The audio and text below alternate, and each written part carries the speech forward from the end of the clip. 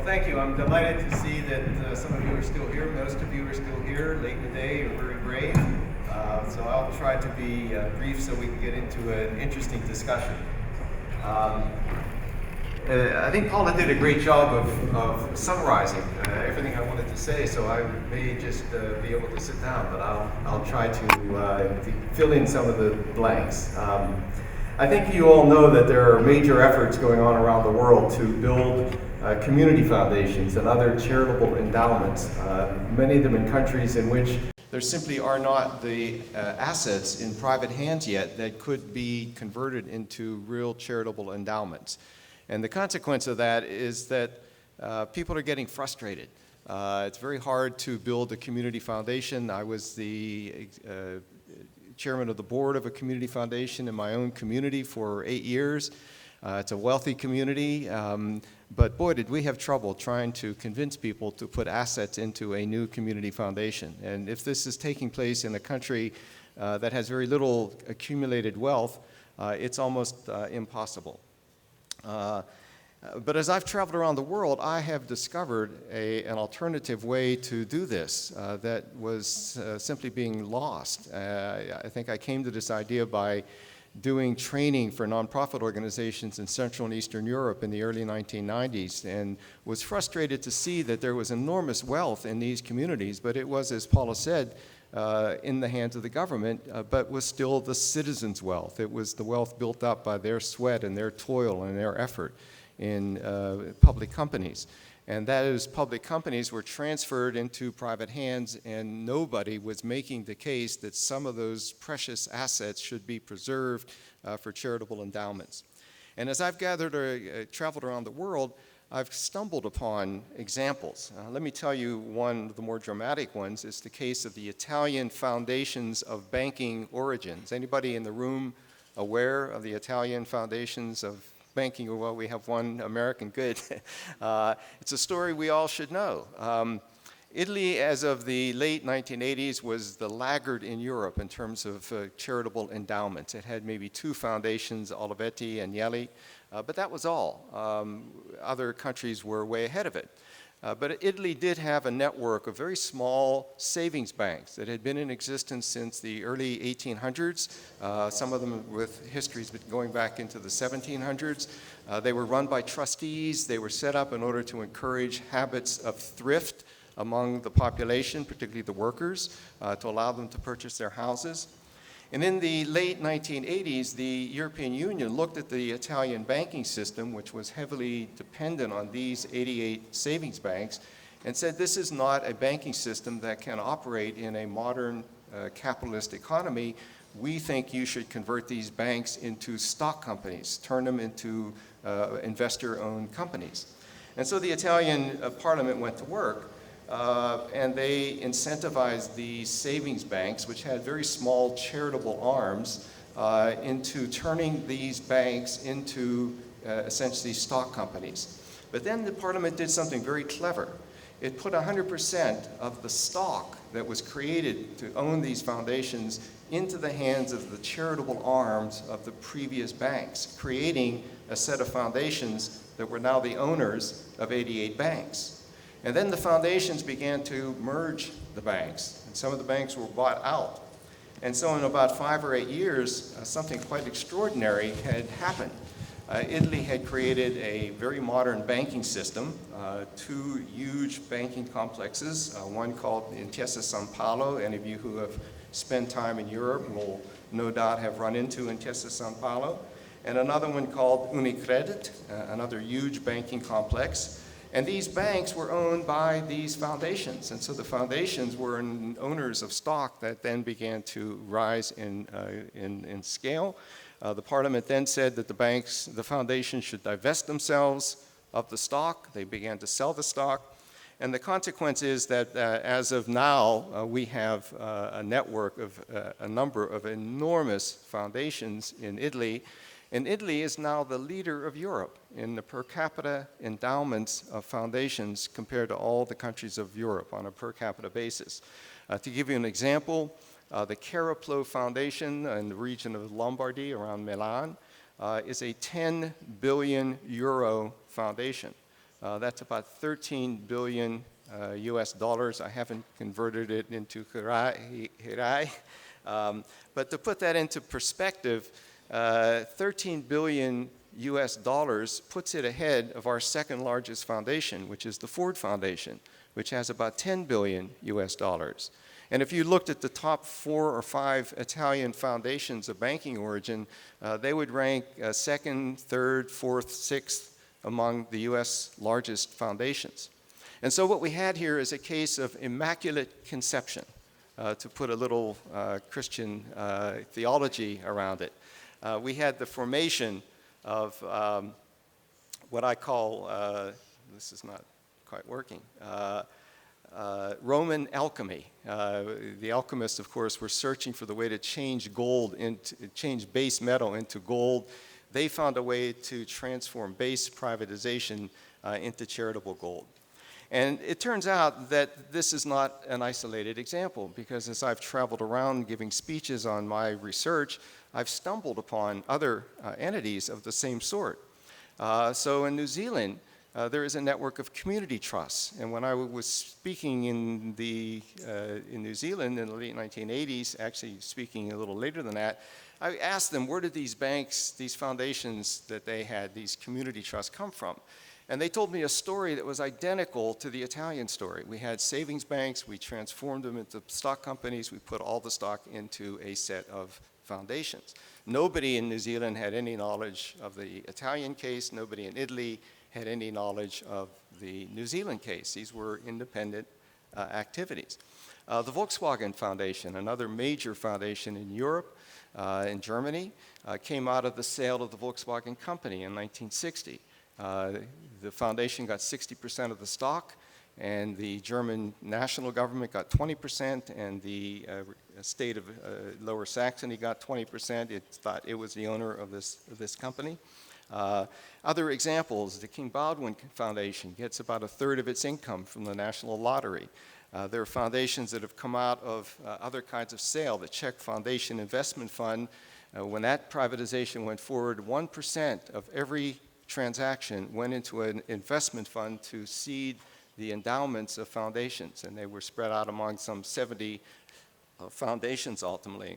The Blue Cross Blue Shield of California was privatized in the 1990s. Out of that privatization came the California Endowment, which set a model for other transitions, other conversions of nonprofit institutions in this case. We now have 200 conversion foundations in the United States. And so the story goes on. And every one of these things proceeded in pretty much isolation from the other ones. And this caused me to begin to think, maybe there is a bigger story here. Maybe there's a strategy. Why should we simply let these things happen individually? Here is a strategy that could revolutionize the philanthropic sector of the world by taking advantage of the enormous wealth in the hands of the public sector and reconceptualize them. And that's what I began to do. I created a project. The project was inspired by a statement by Robert F. Kennedy, the brother of President Kennedy, who picked up a quotation from George Bernard Shaw, playwright, British playwright. And Kennedy used to start every speech with this statement. He said, "There are those who see things as they are and ask why, but I dream things that never were and ask why not." And so this project was about asking why not? Why not look at this? And so we, just imagine what would have happened if in the Ukraine, when the Kriverstal steel mill and company was sold to an Indian company, if we could have taken 10% of the proceeds of that sale and put it into a charitable endowment in the Ukraine, we would have had a close to $500 million charitable endowment. Or take the sale of the Vodafone, the sale to Vodafone of Safari Phone, the Kenya phone company, telephone company, cell phone company. That was a $700 million sale.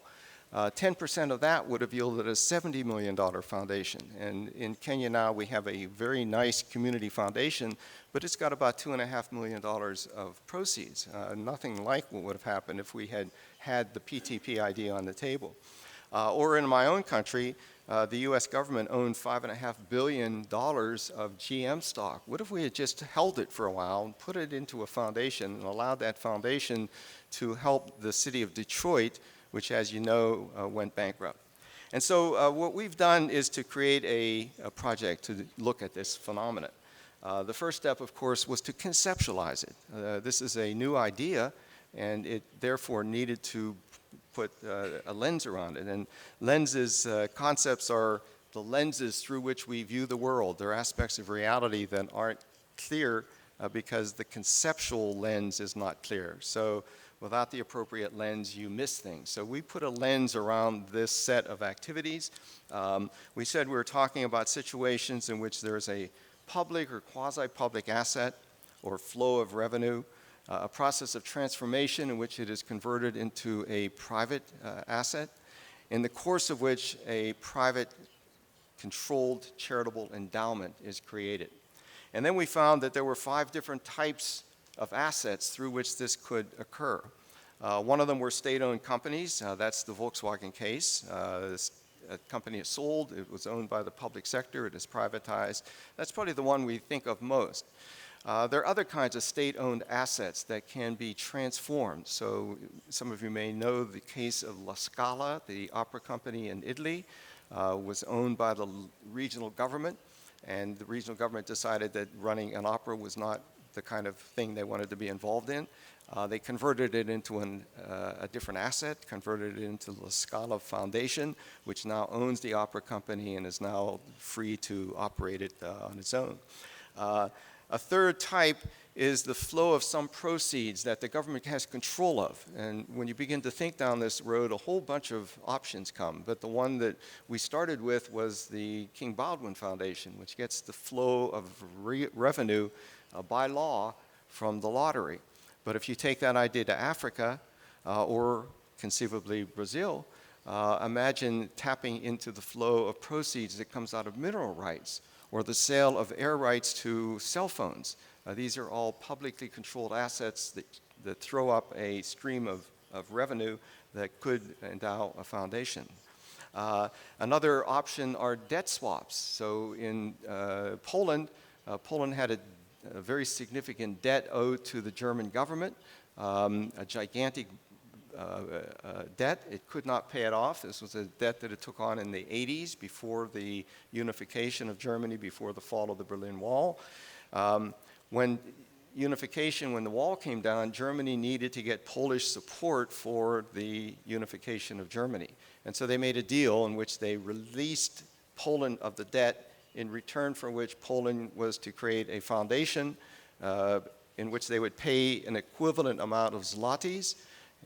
Poland could print zlotys. It's very different from paying off Deutschmarks. And they have then created a Polish-German foundation, friendship foundation. And there are many debt swaps around the world that can fall into this habit. And then there are all the quasi-governmental organizations of the sort that the Italian banks turned out to be and the American conversion foundations came to be. So we began a study. We created a network of Discovery Associates. Marcus was kind enough to perform that role in this country. And we came up with initially 540 cases. But as I've begun to talk about this, additional cases have come up that I didn't know about. 3 came up in the bus last night on the way to the reception. We're now up to probably 575, but at this point in the published report, we have about 540 cases all over the world. And as Paula indicated, these foundations have a minimum of $135 billion in assets. That's roughly the size of the Gates Foundation, and this is probably an understatement because they have tended to value their assets at their book value and not their market value. I won't go into why this happened, but we found a whole variety of reasons. One of them, very significantly, is the opposition that privatization has begun to encounter. And this idea, PTP, is a way to diffuse that opposition by giving people something very solid and very permanent that they can see as their gain from privatization process. And I think that's become a very significant factor. So what's the future of this? Is this something that we can imagine going forward? Let me very briefly, if I can, just click off a few examples of why I think there is reason.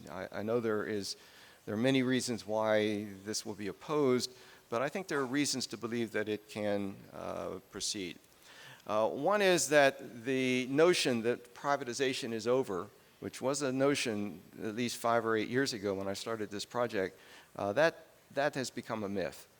We are now in a new wave, according to one scholar of this field, of privatization around the world.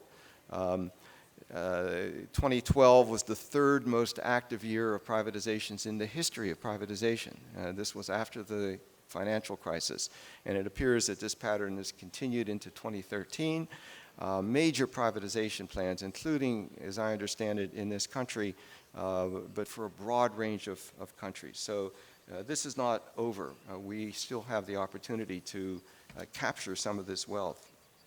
The second reason is that the opposition to privatization has not gone away, and I'm not here advocating privatization. My position is only that if we have privatization, let's make sure that citizens get a permanent benefit out of it, and that it's not simply disappears into the government budget, or worse yet, into the pocket of politicians and into Swiss bank accounts, which has unfortunately happened all too many cases.